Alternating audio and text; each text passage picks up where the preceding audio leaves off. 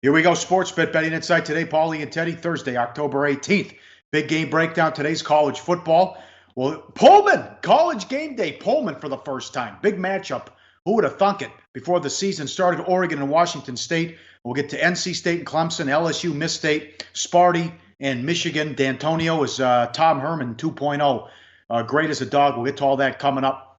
And another winner play of the day with the Cavs Raptors over. And we'll look at a dog coming up later at the end of the show. All the betting news you need to know in less than 20 minutes. I'm at Real Sportsbet on Twitter. He's at Teddy_covers. I'm at Real Sportsbet and SBR Picks is what I meant to say. SBRpicks.com. Bad beats. Bucks from 2 up to 3.5. Love Milwaukee this year. Got the win total over. Got Greek Freak to win the MVP. What do you have? Like 25, 18, and 8? They led by 20. They only scored 8 points in the first 7 minutes of the fourth quarter. They needed a Greek Freak free throw late to get the win. For whatever reason, Charlotte, down 1 with 24 seconds, waited to go and make a move till 4 seconds left. Kemba brought him back with 41, but they blew a 20-point lead. Tough beat if you had the Bucks in that one, but they got the win, but didn't cover the 2 and was bet up to 3.5. Sure, let's give Kemba some credit. Kemba Walker, you don't want to say he covered the spread by himself, but he was pretty special for Charlotte last night, one of the more underrated players in the NBA. But bottom line, when you have a 20-point second-half lead, you're supposed to cash those bets even on opening night. Good night for the home dogs. Good night for the dogs in general in the NBA. This was one of them. Tough if you bet the Bucks minus the points. All right. How about the vicious push in the Dodger game? Total was 7. 1-1 bottom of the 6th. 3-1 in the 7th. And then 5-1, 2 outs. Nobody on in the top of the 9th. Back-to-back doubles, and even Granderson getting on the fun, hitting one to the gap. 5-2 final. I don't get these relief pitchers who are coming in 4-run games that throw 95 and are throwing breaking balls. Challenge somebody, will you? But 5-2 final. Kershaw was fantastic. And how about Counsell? Goes with Miley, one batter, and then they go to Woodruff, and Miley's going to start tomorrow. Yeah, so I was doing live radio when that happened. But like, there's Miley on the hill, and I'm like, wait a minute, that's not Miley, that's Woodard. What the heck just happened? And of course, when you're doing live radio, you can't turn the volume up to see what's going on. So we're searching on Twitter, like, no, just gamesmanship. Of course, the Dodgers went with a lineup built to beat a lefty, and then had to face a righty. Didn't matter in the end, but from a total perspective, ouch. You got a 1 run to spare. You have 2 outs, nobody on in the top of the 9th. All you got to do is just 1 more out. Instead, double, push. Take that under ticket. Well, at least you get your money back. Could have been worse. Could have been 1 more double, and you could have lost that bet. Right. I know someone who had a big bet on Miley over 3.5 strikeouts as well in the game with that prop. Whoa, that was something. Bad for the books. Bucks over 217 up to 222. The Bucks shot, I think, 34 threes in that game. It's a brand new team with Budenholzer. Hawks went over 213.5 to 217. The Knicks started 0 of 9 and still scored 126 points. And the fan hit a half-court shot to win $10,000. Banks open. Yeah. And, of course, you want to talk about moves to fade early in the season. NBA totals aren't one of them. When you see the markets light up in these early season NBA totals, they are moves to follow, not to go against. The market's still trying to assess where teams are going to be. And you look, all the bad results for the books last night. Bucks over cashed. Hawks over cashed. Pelicans over took a ton of steam, cashed. Yeah. Clippers under took a bunch of money, cashed. Be betting against those total moves. I'm telling you, they're spot on. A month or 2 from now, sure. Week 1, day 1, nuh-uh. Pretty much every total move but one was spot on last night. All right. Watch out. Pay attention to the Rockets. That loss of Mbah Moute and Ariza, huge. It was the worst loss of the season last year was by 19 points. Well, they got beat by 19 at home, and they gave up over 130, and the stink of Melo continues. So far, not a good start with the Rockets. Clippers under 226 down to 224. They lost at home to the Nuggets, 107 to 98 in that one. Bad bets. The Bucks 2 up to 3.5. Jazz under 207 down to 205. That was a bad bet. That was, that was 123 to 117. Jazz get the win. They don't cover. Yeah, both teams shoot well over 50% from the floor. Sacramento with an impressive offensive showing. The pace was there, but more importantly, the offensive execution was there. A lot of what you're going to see with these early season total moves, they're betting expected pace. Pace was fine for an under. The execution was not. Both teams hitting shots all night long. That's the one big total move last night that came up on the wrong end for bettors. All right, should have told you this before the show yesterday, but teams off the preseason trip to China are now 1-9 ATS, and going against them is you're 2-0 this year. The Mavs played that game, the Sixers as well. Mavs plus 1.5 went off a 2.5-point favorite, routed in Phoenix by the Suns, lost by 20, and the Islanders plus 115 down to 125, lost 4-1 in Anaheim in the NHL. All right, here we go. Big game breakdown. Let's start with Clemson. This is at 12:30 Pacific on ESPN. Clemson at home to NC State, 17.5 and 56. A little bit of Clemson money. I agree with it. They are 6-0. NC State's 5-0. I don't know how good NC State is. They're up to the good start. Remember, that was unfortunate that game got canceled against West Virginia because it would have been a good litmus test to see how both teams were going head-to-head. They couldn't put away Boston College, who didn't have Dillon, their best player. They spit up a 28-3 lead in that game, and they also beat Virginia at home, which I don't know Virginia's got a pretty good defense, but then again, Perkins had 3 interceptions, and they only scored 16 points against Miami, who had 3 interceptions in that game as well. Very impressed with Clemson as of late. Lawrence now the quarterback taking over as Bryant transfers. I don't know. It's very hard to go on the road in a conference game and put 60 up on somebody. And they beat Wake 63-3 and had 3 guys with 100 rushing yards. Ton of NFL players on the defense. The D-line is sick. We're going to find out what NC State is made of, although these games have been close the last couple of years.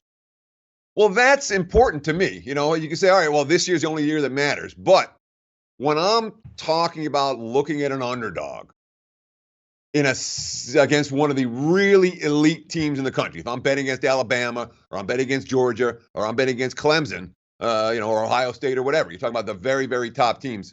If I want an underdog, I want someone that's shown that they can hang with this team before.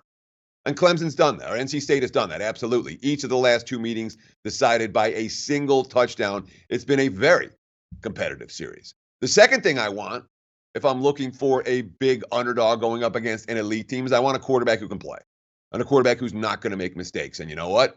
Ryan Finley may well be that guy. You know, Finley and Kelvin Harmon, I should say, a wide receiver. These guys are the type of playmakers that you can be impressed. 10-3 touchdown interception ratio from Finley, 69% completions on the season. And again, it's a senior QB who you trust to make good decisions in hostile environments. The senior QB who has been to Death Valley before and performed reasonably well in that contest. But you talk about the schedule, and obviously NC State has not faced anybody thus far.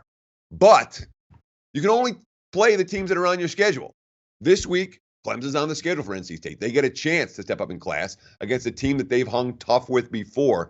And one thing I'm not thrilled about is laying 17.5 points in a game where A, my team's coming off a 66-3 win, B, coming off a bye, fat and happy, all of that, and C, their opponent, they can play. For me, it's NC State or pass in this one. No, we'll see. I don't know about that. I like Finley, the quarterback, but I don't know how good NC State is, and Clemson could be the second best team in the country. Tough game there, though, the handicap. No opinion. Michigan, 7-41 at Sparty. D'Antonio is just like Tom Herman. He is tremendous as a dog. He did it again last week, catching 13.5 and 1 at Penn State outright. Sparty has covered 10 in a row against Michigan. Coaching edge, no doubt, to Sparty. Harbaugh is 1-2 against Sparty, and the only win was as a 24-point favorite on a Sparty team that won 3 games. The scores the last few years, 14-10, 32-23. The one game Michigan won, 27-23 Sparty, 35-11, and 29-6. This is for the Paul Bunyan Trophy, and we'll see if D'Antonio can do it again. A great Michigan defense, number 2 in the country in total defense, number 9 in scoring defense. Can they run the ball? You know, that Wisconsin defense was horrible last week, and the zone read was working for whatever reason when Patterson would keep it. Sparty, number 1 in the country run defense. Sure. And this game is going to come down to which offense is able to move the football against the quality defense on the other side. When it comes to the straight-up winner, I've got my concerns about Michigan State's ability to move the football. Brian Lewerke, he's been throwing picks. The Spartans' receivers are banged up. And I'm not confident that Michigan State is going to be able to run the football in this ball game against the Wolverines. That's an issue when you talk about, as you mentioned, Michigan's defense, number 2 in yards, number 9 in points. That is an elite stop unit.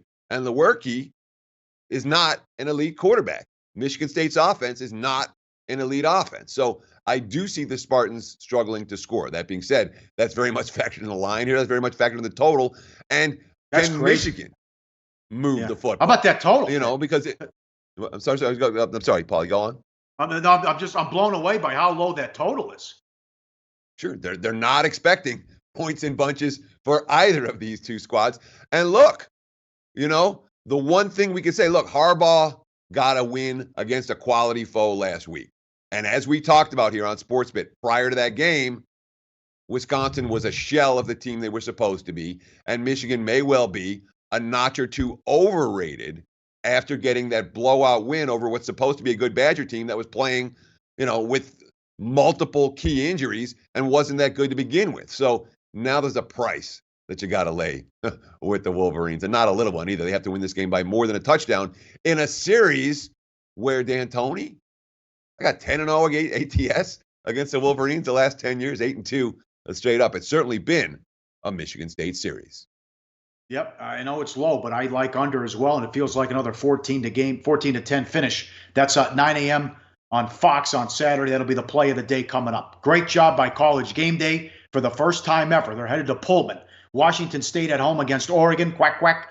Washington State is 368 the total, 4:30 Pacific on Fox. What a job by Mike Leach. He's an excellent coach. They only returned 10 starters from the previous year. They're 5-1 straight up. They should have beat USC on that Friday night game. They are 6-0 ATS. Minshew's been fantastic, leading the nation in passing yards, 19 touchdowns. They also have a top 15 defense. It hasn't been a great schedule. I understand that. But now you have to like the spot. They're off the bye. They're going to be juiced up. As they were out at 8 in the morning. You saw those pictures as game day was driving through the streets at Pullman, and Oregon's off to tear down the goalposts, win in overtime against Washington.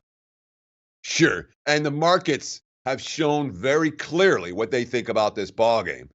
Game opened in the pick'em range. The first bets came on Oregon. There was a point Oregon was favored in this contest, and since that time, it was a deluge of Cougars money pouring in on Washington State, as they're pretty much 3 across the board now. And I haven't seen the money stop yet. There could be more money coming in on Washington State. The markets clearly love the spot for the Cougs, as you mentioned, coming off a bye where their opponent, they could have, I'm not going to say a hangover necessarily. They're going to be up for this game, but that was a big win last week against a top 5 opponent who's had their number the last couple of years. And the way they did it, surviving a late field goal attempt, winning in OT, took a lot out of them. And the markets are certainly expecting something of that. Of course, it's not like even if Oregon isn't at 100%, they're not capable. Obviously, we're talking about in Herbert, the probable number 1 pick in the draft next spring. Dylan Mitchell, the Ducks wide receiver, he's got NFL upside. He's been making plays all over the field.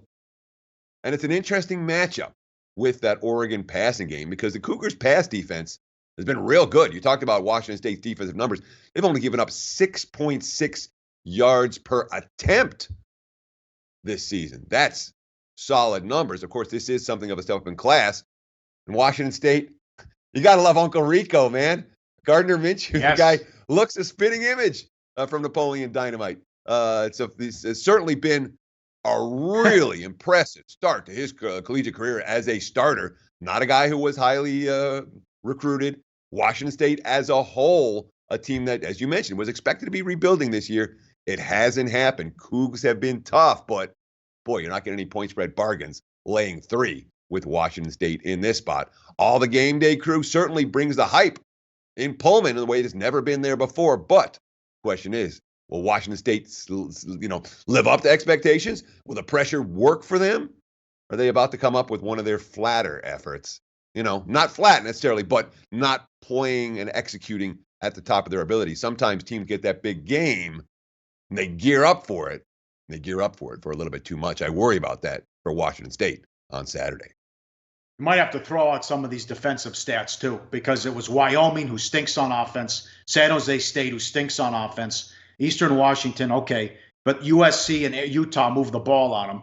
Utah has issued, they moved it on Stanford, so they're improving.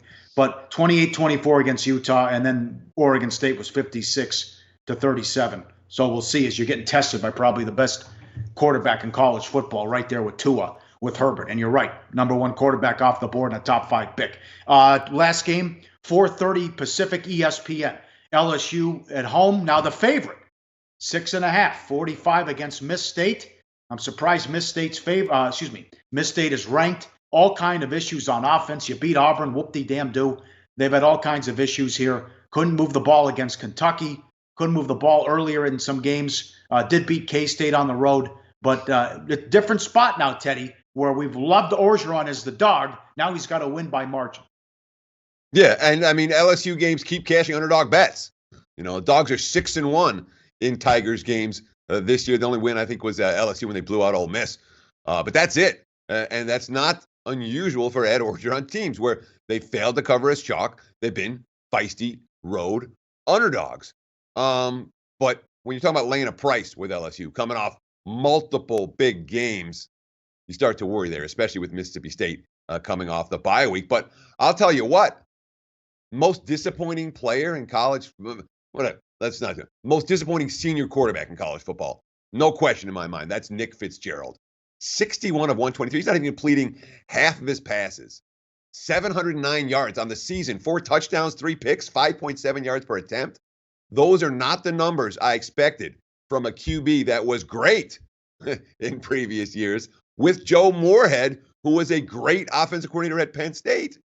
And the offense isn't working. Now, they did seem to get right prior to the bye again in that Auburn win after those dismal performances against Kentucky and Florida. But it's a road trip to Baton Rouge against a defense that's every bit as good as Kentucky's or Florida's.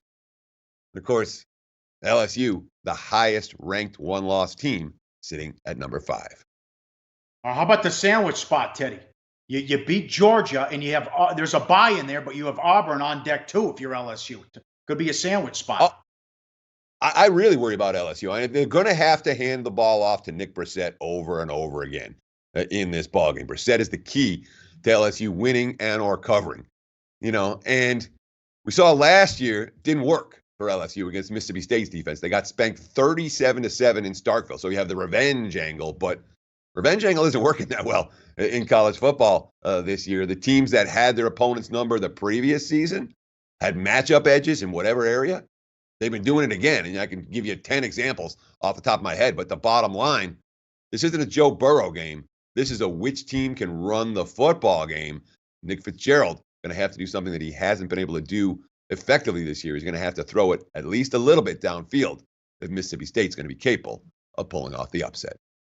All right, very good. Money time play of the day. Take it away. I want Sparty and the dog. What's the betting number on that? I'm looking at the sheet. I can't find it. Yeah, it's 3. Darn, my apologies. I didn't write it down. You got to go. You want Sparty? I got and the dog? it. Betting number 332. Betting number 332. Sparty +7. They've covered 10 in a row here against Michigan. Also, Sparty is 10-0 to the over last 10 at home as a dog of 7 points or less. That doesn't help my case, but you have that as well with a great trend in that game. 2 solid defenses. Points should be a low-scoring game, and we'll take the 7 against one of the best coaches out there when he's an underdog. We're back tomorrow. NFL Rapid Fire. We'll recap LeBron's debut with the Lakers, and we'll see if the Red Sox can take out the Astros again. How about that? Can they make it 4 in a row? That's all coming up Friday on SportsBit. Betting Insight today, SBR Picks. Low Shack in the Bay coming up next. Thanks for watching.